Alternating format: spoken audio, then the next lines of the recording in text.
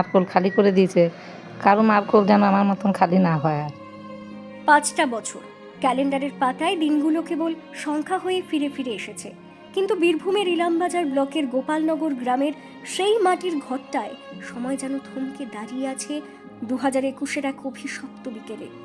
5 বছর আগে সেই স্মৃতি আজও এক দুঃস্বপ্নের মতো তাড়া করে বেড়ায় গৌরব সরকারের পরিবারকে। ছেলের ছবির দিকে তাকিয়ে আজও আঁচলে চোখ মোছেন মা। সেই হাসি মুখ, সেই চঞ্চল ছেলেটা সবটাই এখন ফ্রেমবন্দি। অভিযোগের আঙুল উঠেছিল রাজনৈতিক হিংসার দিকে। 2021-এর নির্বাচনের ফল বেরোনোর পর পৈশাচিক উল্লাসের বলি হতে হয়েছিল বিজেপি সমর্থক গৌরবকে।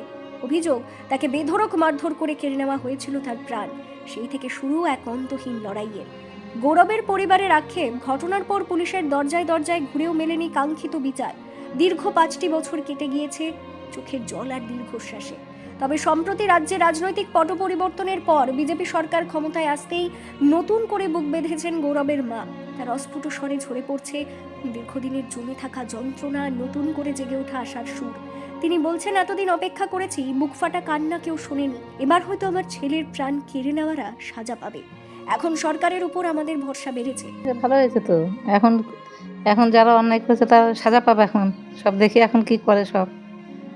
এখন আমার ছেলেকে যে মার্ডার করেছে, মার্কল খালি করে দিয়েছে, কারো মার্কল যেন আমার মতন খালি না হয়। আর আমার তো হয়েই গেছে।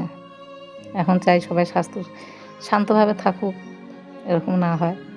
কিন্তু আমি সাজা চাই, ওদের সাজা আমার দরকারি, ওদের সাজা দিতেই হবে। ওদের আমি ছাড়বো না। হ্যাঁ, সাজা দেবে বলেছে, তা দেখি। এখন ওদের আশায় তো আছি আমি।